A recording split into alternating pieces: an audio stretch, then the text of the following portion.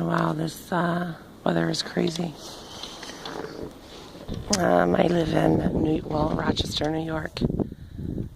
And look at this weather.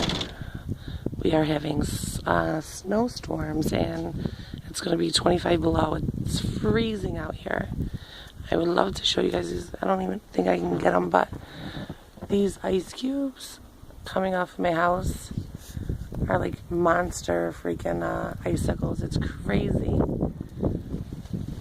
So to all you people that don't get snow, just thank God for that. We are getting it like crazy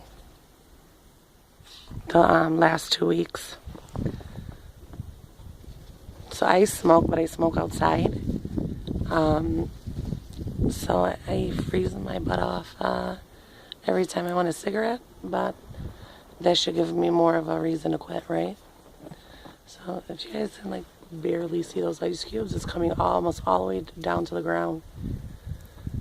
We have to get them up there, get them out of there anyway. All right, YouTube, I just wanted to share a little bit of Rochester weather with you guys. Thanks for watching.